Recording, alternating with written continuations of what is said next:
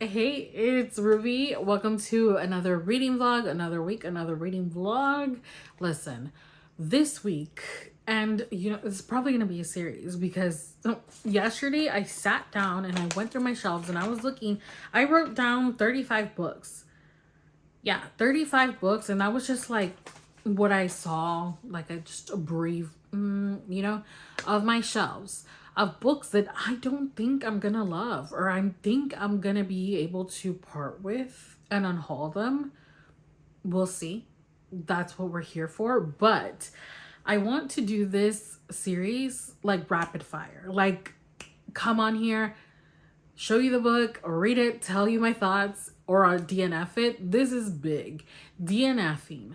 I suck at DNFing. I really do.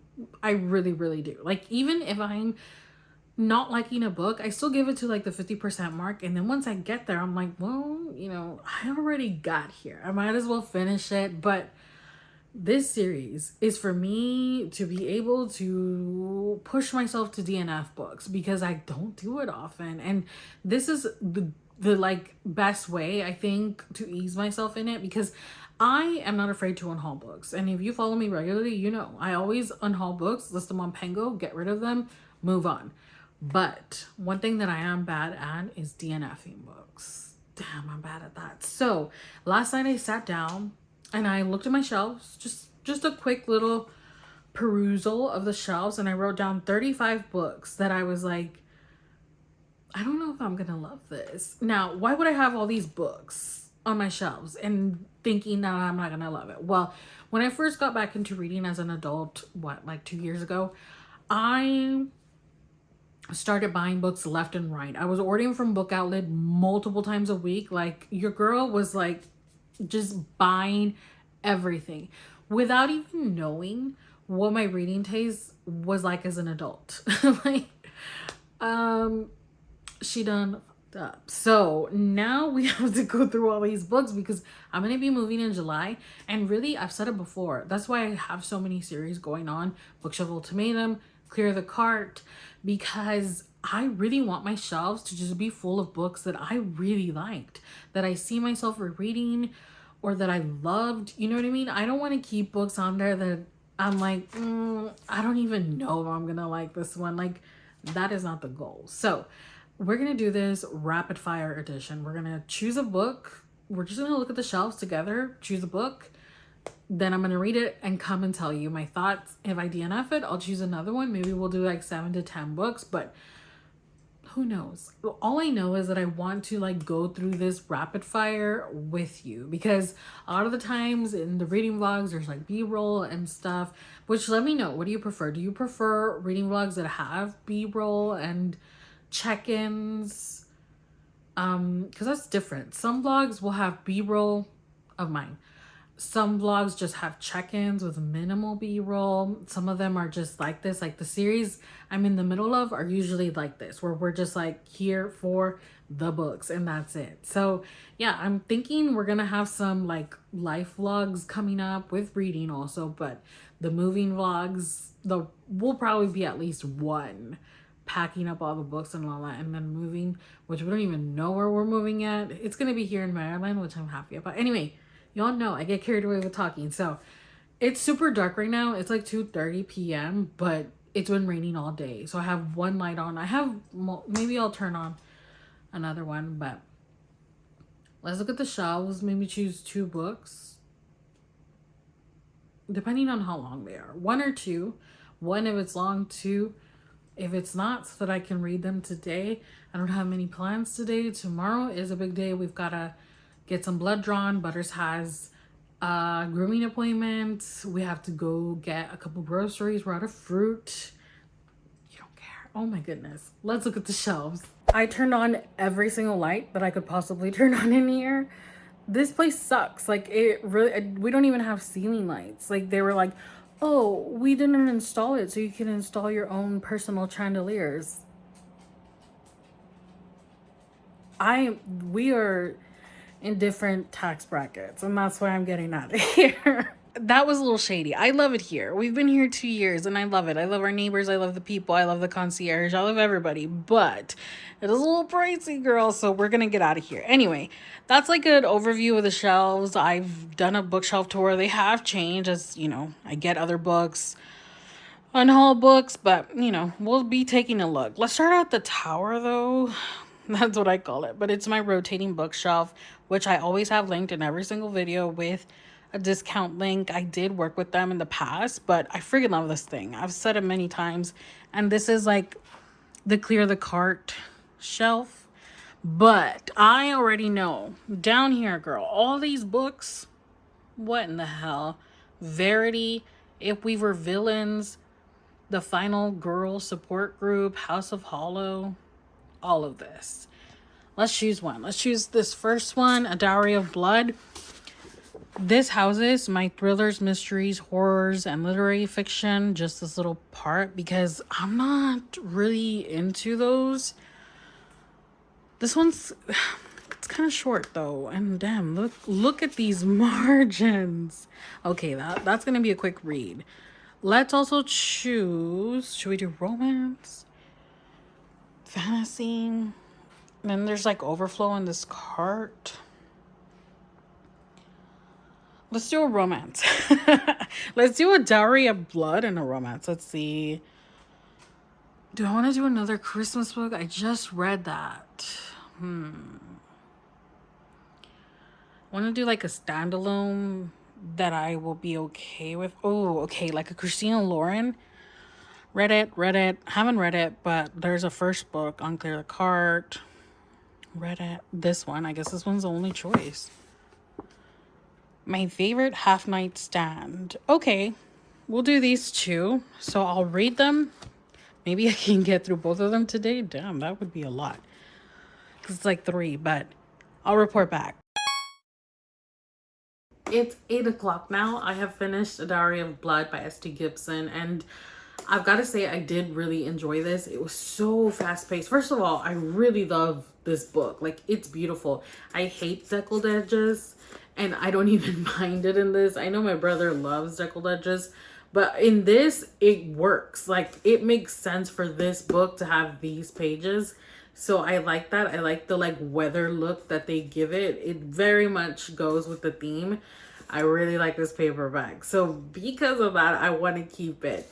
Now, why would I even unhaul this if I liked it? I gave it, I think I'm going to lean with 3.75 stars. 3.75 to 4 stars. I'm not sure. I feel like because this isn't my preferred genre, I'm leaning to 3.75. But if I'm being objective, I would give it 4 for sure because it's really good. And it's just a really short little novella type book. It is, you know, nearly 300 pages, but we do get some pages that are like borderline empty. They just have a little paragraph in them. And I feel like these pages really just helped me fly through this book in a couple of hours, but it was really good. It is told in Constanza's point of view, which is in the story Dracula's first wife. And yeah, we follow along as their family grows. We see tension, we see love, we see sex, we see all kinds of feelings, and we see what they go through together, separately, internally, and externally. It was a really good story. Really good story. And we really are in her head, despite it being so short. We get to see what she's thinking, how she's feeling, how she's processing. So I really like that about it. A really good book, especially if you're a fan of Dracula, if you're a fan of horror. It's like light on the horror. There really isn't anything crazy in here. I mean, you know what vampires do, you know how they get their sustenance. So outside of that, it's, you know, not very horror like, but all in all, a really good book. I don't know, check out my Goodreads to see how I end up rating this, or maybe I'll pop on the rating on the screen, but a good read. So now that we're done with that, and it's 8 and I'm not having dinner today because we're getting labs done tomorrow, and you know, we gotta be fasting for that. So that means I just have time to do whatever I want. So I guess I'm gonna pick up this one now, my favorite half night stand. I have no idea what this is about, but I guess we'll find out. So all it says is hilariously depicts modern dating. Okay, this will be interesting. I like to read about things that I know nothing about because I started dating my husband when I was 16. No, so yeah, I was almost 16 when we started dating. And yeah, 20 years later and we're still together. So I didn't have my dating around phase. I had a couple little boyfriends, like high school boyfriends, that do they really count? Absolutely not. It was like for 1 week, they were like, do you want to be my girlfriend? And I was like, yeah. And then a week later, I broke up with them because I didn't want to be their girlfriends. Like, I don't know, you know? But with him, I guess it's stuck because we're still here. So let's start this one. Okay, so I finished my favorite half night stand by Christina Lauren, and I really liked it. I want to preface this by saying I've talked about it before, but I rate fantasy sci-fi the harshest. I'm just very critical with it because it's like my favorite thing. I really respect the genre and I just really, really love it. I feel like with romance, I still respect the genre. I still love it, but I want something different from romance. I just want to feel happy and giddy and like smiley when I read my romances. So I am very forgiving with the ratings. Oftentimes, a 5-star romance is not equivalent to a 5-star fantasy. So just keep that in mind. Maybe I'll update my Goodreads or something. And then like I'm the ultimate forgiving with Christmas books. Like those, you should just listen to what I'm saying instead of the rating. But anyway, yeah, I ended up giving this one 4.5 stars because it was really fun. Honestly, really fun. It was kind of catfishing, which was kind of crazy, but I still really liked it. We follow a friend group in this, and I love friend groups. And in the friend group, we have Millie and Reed, and they all decide to create online dating profiles in an app called IRL in the hopes that they'll all find dates to take to this big gala that's going on at their university, or that the university is hosting, I guess. They're all professors at this university, and President Obama's gonna be present, and they're all like super excited for the gala, but they think that they should take dates because like it's a serious event and they all shouldn't just show up as a friend group as they often do, just like buddies at a gala. So they all make profiles, and Millie, the one girl in the friend group, helps them all because they all have like just the stupidest profiles. So she helps them, and then they see hers and they're like, yours is kind of lame. It says like nothing about you. But that's the thing about Millie, she really doesn't open up much, not even with her closest friends. So she gets pissed because they're making fun of her profile, and she creates a secondary profile under a different name, and she ends up connecting with one of the guys and kind of catfishing him.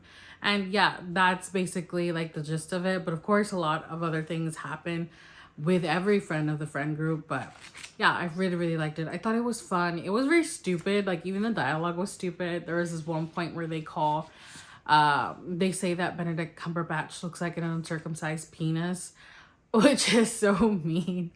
Well, like it's stupid, you know. I still chuckled. I was like, what the fuck? That's so mean. Yeah, and then there's a lot of like texts and emails, which I really like. I really like when there's texts and emails, and I really like that they have like different, like for the text, they have the bubbles of the different people, like the pictures, which I thought was cute. Plus, it's like lime green. I don't know. I really liked it. So I think next we're gonna pick up, we're on a roll. We're trying to keep this fast pace. We're gonna pick up another book, and I feel like with these two, I didn't think I would hate them. I was just like very hesitant to pick them up, which is why I included them. But I think we're gonna pick up a more unpopular book, or something that is just not something that I typically go for, to make me squirm a little bit, because I really need to be a little harsher with my picks, because that's the point of this. So let's choose our next read. Okay, we switched to a handheld moment. I need a gimbal. If anybody knows of a good one that's not so expensive, let me know, because I need one for sure. But Let's see here. We did horror, we did romance, we could do thrillers or lit fic. We're not gonna do romantasy because I don't think I own any that I don't think that I would like. These are all series. This has potential, this bottom shelf, because these are books that I really didn't choose. They were part of like book boxes. I'm looking at You, The Courting of Bristol Keats, and Evocation, and What the River Knows. But I really do want to make myself squirm, so I think we're going to head over here. And it's either going to be the Atlas 6 or Ninth House. Ninth House is on my cart because it's part of Clear the Cart. So let's go with the Atlas 6 because everybody hates this. And like I said, I really don't pay attention too much of what people like and don't like.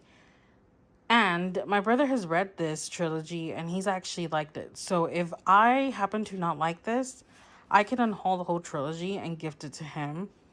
If he wants it, of course. If not, then I'll just unhaul it. But I am curious. I do want a little dark academia moment because it's something that I really don't read often. Really not at all, if we're being honest. The only other academic setting that I read was A Study in Drowning by Ava Reed, which, unpopular opinion, I hate it. So, yeah, let's start the Atlas 6. Another book down. We're trying to rapid fire through these, but wow. I feel a little conflicted with this one. First of all, it's a really pretty book. I've got to mention that because I hadn't paid attention to it, but it's actually really pretty. Like the art in here of the Alexandrian Society is really pretty. And then within the book, you have it, I think it's told in 8 parts. And every part, like you get the actual part title like this. And then you get character art. And you have 8 parts, I think, so you get 8 characters. There are about 9 characters that I would say are prevalent in here, but we have the main 6. So let's talk about it. The Atlas 6, I felt like was a very character-driven book.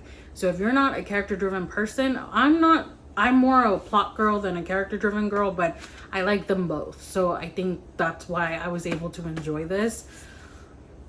The plot kind of comes into play at the end of the book, and then you kind of get the revelations and all that, and you're like, oh, that's where we're going. But it's definitely character centric. You have these 6 people competing against each other to join a secret society called the Alexandrian Society. They all have magic, but they all have different magic. There's 3 people that have like physical type magic and 3 that have more like mind type magic. And aside from the 6 people, there are about, I'd say 4 other prevalent characters, recurring characters that are integral to the story. So it sounds like, there are 10 characters, but it's not confusing to keep up with them. It's very straightforward. I don't think that there's anything confusing about this book. If you're a fantasy reader, you will not struggle with it, but very character driven. And what I find interesting is that this is character driven, but all these characters suck. Like usually with character driven books, there's some that you like, there's some that you're rooting for, but not here. Here they all suck and they're all unlikable and they're all not worthy of being rooted for, I'd say, but they're intriguing enough that you're in it. Like, at least for me, they are not likable, but they're intriguing, and that's keeping me captivated. That's making me want to continue on to the second book. So yeah, all in all, I know that Olivia Blake has this unique writing, and this is the first Olivia Blake that I pick up, but I've got to say it worked for me. I know Olivia Blake's not going to be for everybody, but I get it. And so it is pretentious, it is this and that because it's supposed to be. So don't go into it being like, oh, I could. Then it's pretentious. Like, if you don't like that, don't even bother. Don't even read it. because it is. The people are super smart, gifted, talented people that are pretentious. They are full of themselves. They are narcissistic. They do think they're the best at what they do because they are. So I don't like when people are like, oh, that's good. But dude, that's the point. You know what I mean? Anyway, 3.75 stars for this one. I'm intrigued. I'm definitely going to continue on to the second one, and then we'll see. We'll gauge it to if it's going to be one that I keep or not. But I feel like even though dark academia is not really my thing, I had only read A Study in Drowning by Eva Reed, which I didn't like. I feel like I didn't squirm enough. Like I felt pretty comfortable with it because, you know, it kind of worked for me. But the next one, I already chose it, is this one, A Master of Jinn. And I know nothing about this. All I know is that it takes place in 1912 Cairo, in a fictional Cairo, of course. There are probably jinn, because that's what it's called. But I saw the genre tags on Goodreads and it said fantasy, which I like, historical fiction, and mystery. Two genres that I do not read. I do not like historical fiction for the most part, and mystery I don't have an opinion on because that's how little I read mystery. So I think if one's gonna get me, it might be this one. Let's see. Let's go into it. Good morning. We have an update on A Master of Jinn. I am on page 79, chapter 7, and new rule. I'm going to give myself 100 pages. If by those 100 pages I don't like the book, I'm DNFing it. Something has to grasp me or I'm DNFing it. But with this one, it's already a DNF at 78 pages. I just don't think it's going to be for me. I really don't. It's like cyberpunk, historical fiction, mystery, all things that I don't like. And so, no. I'm not even gonna try. And I feel like it's probably a good book. It has a 4.0 rating on Goodreads, which is really good. I'm sure it's good. I just don't care. And I don't like historical fiction. Like, oh, it always gets me. It's just not for me. I hate it. I really don't like it. And I thought that I would like this because it's like Cairo, alternate Cairo. I don't know. It seemed like it would be cool. And it starts off with a freaking bang. We have this cult, this group of guys having their little monthly gathering. And they're all sitting around the table. And this guy just crashes their meeting. He just rolls up on the meeting and he's like, how dare you freaking peasants take my name in vain? Because they named their cult after this guy, presumably. Because we don't know if he is who he says he is. And they question him naturally, and they're like, who even are you? And he's like, I forgot his name. And they don't believe him. And the guy that questions him, like, he like magically snaps his neck. He's just like, and his head just turns, does a complete 180. And the other guys are like, holy shit, he killed him. They're like, I don't know. We still kind of don't believe you. And so he's like, fine, and he kills them all. And the way that he kills them is like he burns them, but only they burn, like their skin, their hair, all like, but not their clothes, not the chairs they're on. Nothing burns other than them, because he does it magically. And yeah, that's how it starts. And that's like the first pages. And then we go to the start of the book, which is the detective on the case trying to figure out what the hell happened. And I just don't care. I just don't. I'm sorry. I don't like her. She's not likable to me right now. She's not unlikable, but I just don't care about her. She's got this like tough guy, tough girl persona. She's, you know, I feel like she's been putting up walls to protect herself, but I just don't care about her. And we did find a little bit out, like she's hooking up with this girl, and I feel like RFMC wants more from it or something. But she knows that that girl is kind of flaky. I just don't care. And then the plot, it starts off with a bang, and now we're just following her as she, I don't know, lives her unfulfilling life. I'm not sure. DNF. After this one last night, I was like, okay, now we're getting somewhere. We're gaining momentum. I need to capitalize on that high of DNFing a book, even though it wasn't a high. I was like kind of torn up about it. But I've now picked up The American Roommate Experiment by Elena Armas because The Spanish Love Deception is book 1. It is such a hated book. People love to hate that book. People tear that book down. The way they hate that book is honestly insane to me. And yes, I do agree. It is a stupid book. It is not greatly written book. It is kind of dumb, and I like it. It's like a guilty pleasure thing for me. I really like it. Yeah, some stuff's cringy. Like there is that line, if you've read it, we all know the line. Yeah, it's dumb, but I like it. And so I picked this one up because it receives the same amount of hate. It's just not as popular. But dude, this morning as I was making my husband breakfast and stuff, I started it. I don't know where I'm at, but I'm at least 50 pages in, and I fear I might be feeling the feelings that the people felt with Spanish Love Deception. It might be a DNF, but we'll see. I'm only like 50 pages in. We're gonna keep going, and I'll update you on how it goes. It's a couple days later, and I think the last thing we talked about was that I DNF'd a Master of Jinn because it just wasn't working out. And then I picked up The American Roommate Experiment because, again, I hadn't heard very good things about it. And I just figured that this, I guess, had potential to be unhauled. Not that I'm trying to unhaul all my books, but, you know, I just don't want them sitting there.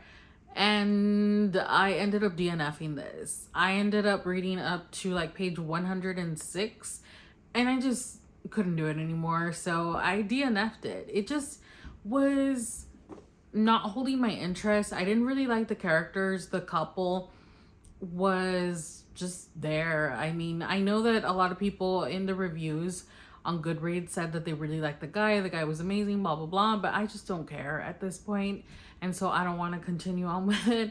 Also, I'm assuming that Elena Armas is Spanish because, you know, both of these books take place in Spain. I'm not sure. But the characters are from Spain. And I don't like the usage of the Spanish. I think maybe if I didn't speak Spanish myself, I would be okay with it, but it just makes me cringe. I just feel like it's weird. And maybe this is how they talk in Spain. I'm Mexican, so I don't know, but it's not how we talk. And it bothers me, so that's another reason that I just decided it's a DNF. But over the weekend, I did pick up a new book. I picked up Strange the Dreamer.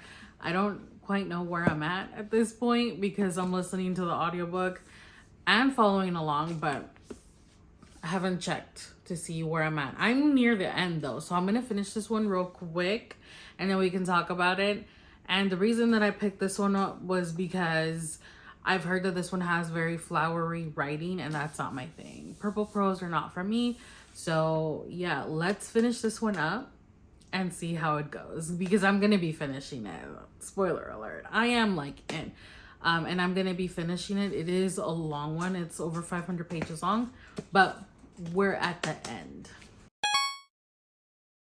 Okay, I finished Strange the Dreamer and I really liked it, so let's talk about it. In this, we follow Laszlo Strange, and he is a librarian, a junior librarian, and he's also an orphan, which is why he has the last name Strange. Kind of like in Game of Thrones, the Winterfell orphans, or bastards, I should say, have the same name, Snow. He is Laszlo Strange, and so he doesn't know where he comes from or anything. He just knows that he was raised by monks, I think, and he became a junior librarian. And librarians aren't really like a revered profession in this. They're essentially literally just little, I don't know, minions, I guess. They just gather the books and the texts for the alchemists and the academics, and they're just not very respected. So he's a junior librarian, which is even worse. And ever since he was a little boy, he's been obsessed with the lost city of Weep. Weep was basically erased from the map. Nobody remembers what Weep was actually called before. Like, there was this instance where just like everybody forgets Weep. Nobody remembers what it was actually called. And Lasso recalls when this happened. And he's been obsessed with the city of Weep forever. Like, think Atlantis, like Lost City of Atlantis, same thing, but it's Weep. And he has researched Weep his whole life. He's been trying to figure things out. And like I said, been obsessed with Weep. At the beginning of the book, he gets the opportunity to actually go to Weep. People have tried to go and nobody makes it in. And so, yeah, he ends up going on a little quest to go to Weep and just see what it is, see what it's like, see what all like the curiosity that he's had, if it lives up to his expectations or not. And he's so excited. And once he's there, he uncovers mystery and all these other things that I don't want to ruin for you. But I really, really liked it. I felt like it was such a good book. The writing, which is the reason that I picked this up, because I thought it might not work because of the writing and the flowery descriptions, it was definitely there, but it didn't bother me too much. I was like okay with it. It wasn't super, super drawn out in that aspect. So I felt like it was okay for me. And I really liked the story. I like the characters. I feel like this is a great YA book. It does have romance, but the romance, I wouldn't say took over the story. I feel like the second book, The End of the Duology, Muse of Nightmares, has a potential to give us a little bit more romance, but I feel like it's still going to give us a lot of action and drama and the same stuff that was really good in this book. So all in all, I really liked it. The first half was a little slow, but it picks up, and then the second half is just really, really good all around. The story, the romance, the characters, the plot, everything. This is a great YA, and I definitely recommend it if you like YA fantasy to pick this one up. It's an old one, but it's really good, and I'm really happy that I finally read it, because damn, this has been on my shelves forever and I finally read it. I gave this one 4.25 stars. I would have given it 4.5, but that first half was a little slow. But yeah, definitely pick up the audiobook. It's actually really good. I followed along for most of it with the book while I laid in bed. And yeah, it was an enjoyable reading experience. But we are going to move on to our next book, which I think is what, our 7th book? Yeah, so I think we're going to switch up genres because I think it'll be fun to mix this one up. But also, I'm going to pick up a book that I have one in mind, and it's just one that I picked up on a whim, but I feel like it's like a guy book without being sexist, like, which, you know, who knows, I might love it, but I don't know. It's about planes. I just don't, it's not my thing, but I'm gonna pick it up and hopefully I love it. If I do, when my brother comes to visit, or maybe I'll take it to him. I'm going to Texas, he's coming to Maryland, so who knows. But if it's a good thriller, I will have my brother read it because he's very new to thrillers, but he likes them. So let's grab the next read. Okay, so like I said, we're looking for thrillers, and I keep all my thrillers down here. I really don't have a lot of them. Here it is. This is the one that I'm looking for. Falling by TJ Newman. The reason I'm picking this one up is because I saw somebody read Drowning recently and she really liked it. She said it made her feel super anxious and actually like was thrilling. So hopefully this will give me those feelings because I don't know, I'm in the mood. It is so insanely windy outside. And it's cold, which is so weird because it's been like really nice. The weather's been in the 70s. It's just been nice. But today when we went out in the morning, I think we went out like at 9:30 and it was freaking cold. Like I regretted not wearing gloves, but I actually put them away, or like all our winter wear, like our gloves and hats and stuff, because I thought we were past that, but it was so cold today. Butters, his little mustache was like flying everywhere. It was so funny. He's so cute. But anyway, I finished Falling by TJ Newman, and this was such a fast read. I mean, I have the little mass market paperback, and it barely crosses over to 300 pages, but it read so incredibly fast. I started it last night and then I finished it this morning while I edited. I've been sitting all freaking morning since like 9 a.m. and it's now 1:30ish. I'm over it right now. I'm gonna get up, but I wanted to update you before I fully leave the computer area because I need to pick a new book. But this was so fast paced. On the back it says soon to be a major motion picture from Universal Studios. Has that happened yet? I don't know. I didn't look it up, but it was a really good book. We follow, I'll just read you what it says back here. You just boarded a flight to New York. There are 143 other passengers on board. What you don't know is that 30 minutes before the flight, your pilot's family was kidnapped. For his family to live, everyone on your plane must die. The only way the family will survive is if the pilot follows orders and crashes the plane. Enjoy the flight. So yeah, that's exactly what happens. We follow the captain as he grapples with the decision, and it was definitely thrilling, definitely a page turner.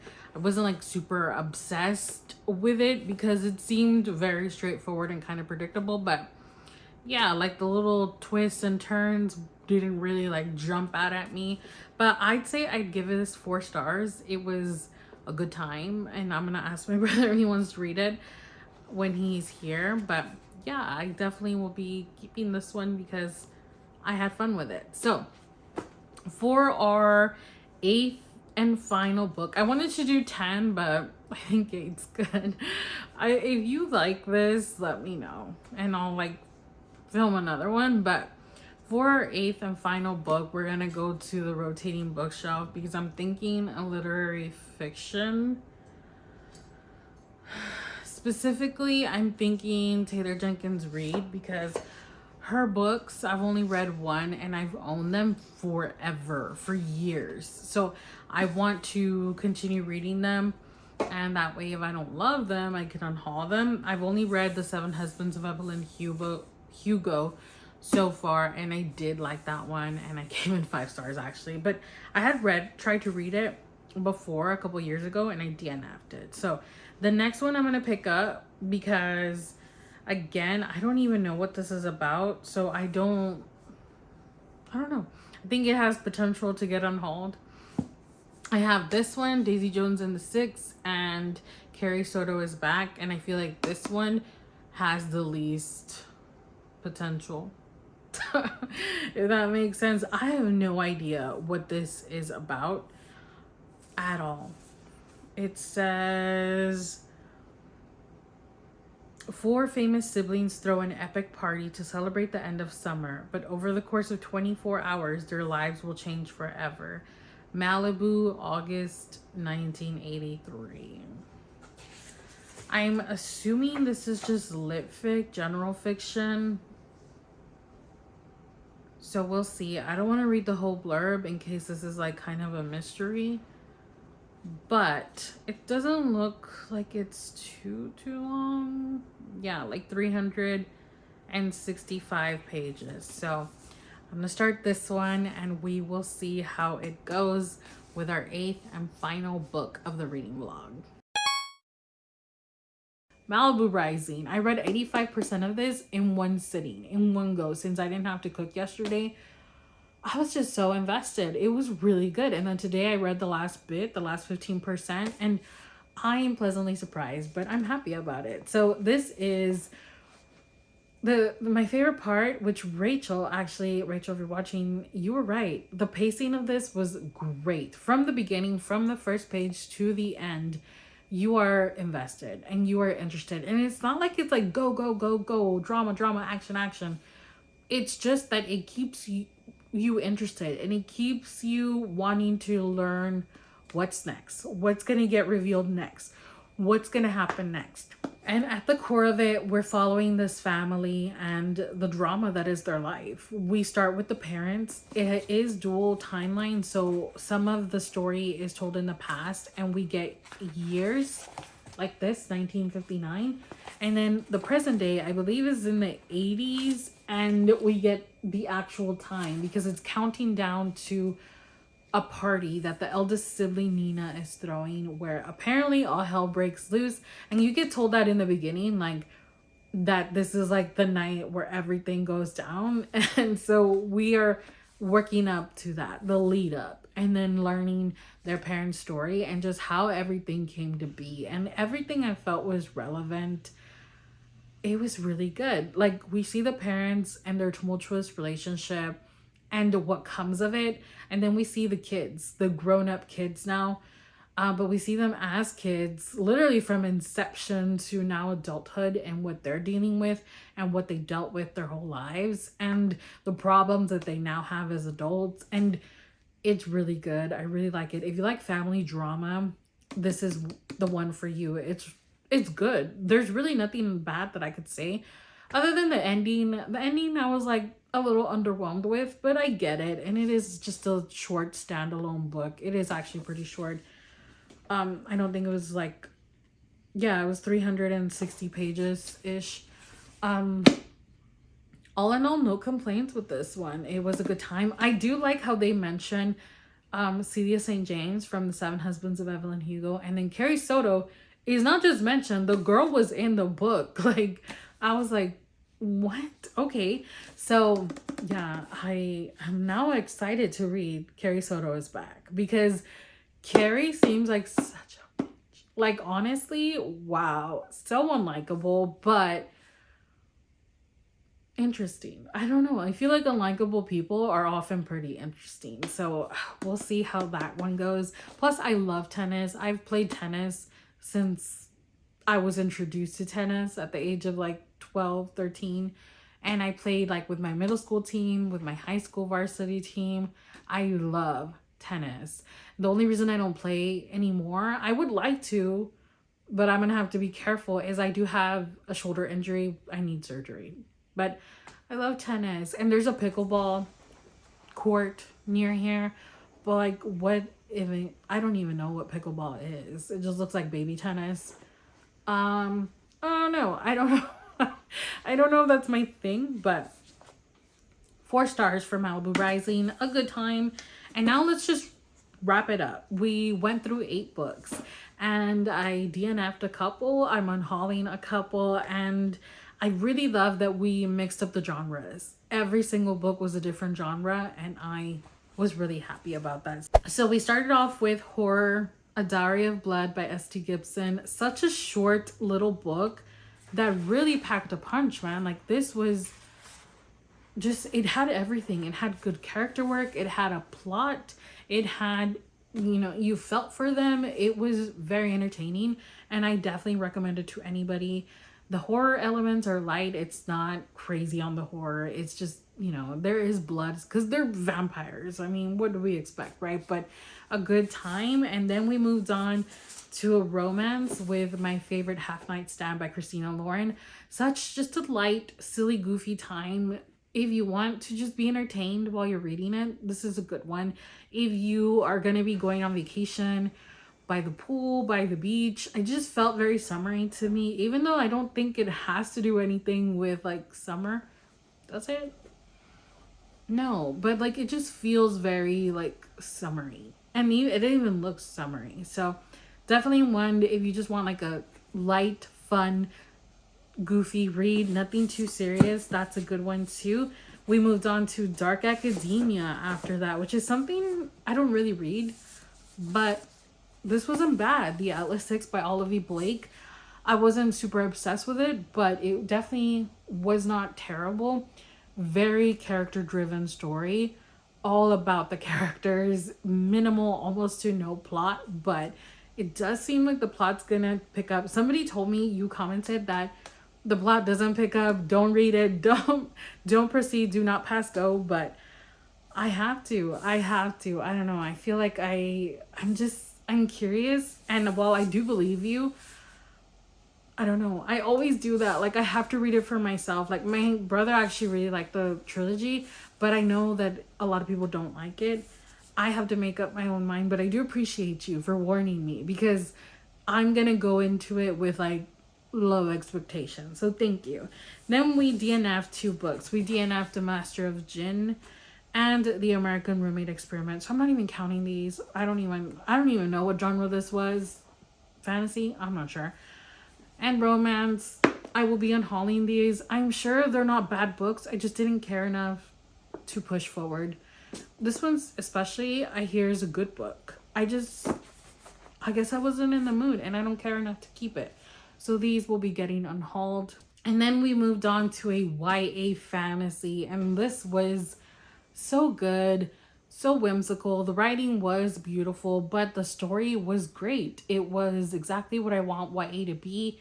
I wouldn't say I was blown away by the story, but I'm definitely going to be continuing on to the second book and the conclusion of the duology, because I do want to know what's gonna, like, how is it gonna play out. I love the characters in here. Lasso Strange, or MMC, he's great. The romance was sweet. You're not gonna get smut, you're not gonna get any of that. You're just gonna get a solid YA fantasy, and honestly, I love that. So there was that one. Then we picked up a thriller. Like I said, we mixed it up. Falling by TJ Newman. I feel like she did such a good job with this book. It was definitely thrilling, and it was like fast paced, and it was like go, go, go. I don't think it was anything special though. I do think it was incredibly predictable, but if you want a short little book and you want to be entertained while you're reading it, this is a good one. I'm going to see if my brother wants to read it. If not, I'll unhaul it, just because, like I said, I don't tend to buy a lot of thrillers because I feel like once I know the story, I know the story. And I don't necessarily want to be rereading it. Like, I'm going to know the twist already. I'm going to know the reveals already. So that's why I don't buy a lot of thrillers, because I just feel like for my money, I don't need to buy it. You know what I mean? You get what I'm trying to say, right? But a solid little book for sure. And then we ended with a literary fiction, Malibu Rising, family drama. Really good, really entertaining. So thank you so much for joining me for this week of reading books that have been on my TBR forever. Let me know if you want to see this again. What did you think of like just the format of this? Because I felt like this was a little different. It was just like, pick it up, what did I think? Pick it up, what did I think? I wanted to do it like rapid fire, right? And sometimes I do get carried away with the chatting, but I tried to be a little bit quicker since we went through 8 books. Let me know if you want another one, and I will definitely do one, because I still have like 260 books on my physical TBR. But yeah, as always, thank you so much for hanging out. Be sure to give the video a thumbs up. It helps the channel out. Subscribe if you haven't already. And I'll see you soon, because I'm already filming the next Bookshelf Ultimatum.